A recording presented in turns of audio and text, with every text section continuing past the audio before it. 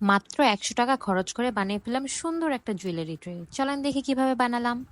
আমি এখানে মনমার্টের air dry ক্লেটা use করেছি। এখন আপনারা বলতে পারেন যে, "আপু এই ক্লেটার দাম তো ২০০ থেকে ২৫০ টাকা পড়ে।"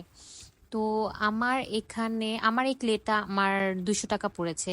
আর এই ক্লেটা আমার হাফের থেকেও কম ইউজ হয়েছে। তাই আমি বলেছি রং আর ভার্নিশ ইউজ করার পরে আমার এখানে ১০০ টাকার মতো খরচ হয়েছে।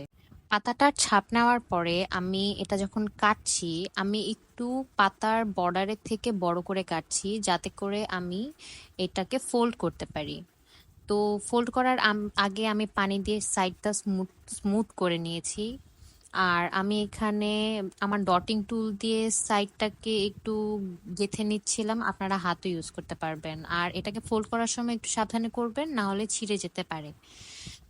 তারপরে আমি এটাকে ২ দিন ড্রাই হতে দিয়েছি।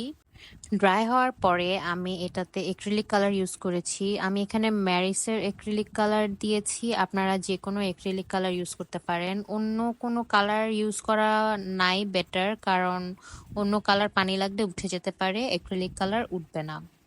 আর আমি এখানে পাতার শিরাগুলো এনহ্যান্স করার জন্য আরেকটু লাইটার শেডের একটা গ্রিন ইউজ করেছি। আর আমার কাছে কিছু ক্লের ফুল বানানো ছিল, সেটা আমি এটাতে অ্যাড করে দিয়েছি। শেষে কালারটা স্টে করার জন্য আমি এখানে ভার্নিশ ইউজ করেছি মনমার্টের। আপনারা যে কোনো ভার্নিশ ইউজ করতে পারবেন। সো আমাদের জুয়েলারি ট্রে রেডি হয়ে গেল। আপনারা আমাকে জানাবেন ভিডিওটা কেমন লেগেছে। আর যদি ভিডিও ভালো লেগে থাকে অবশ্যই লাইক আর শেয়ার করবেন। ভালো থাকবেন সবাই। আল্লাহ হাফেজ।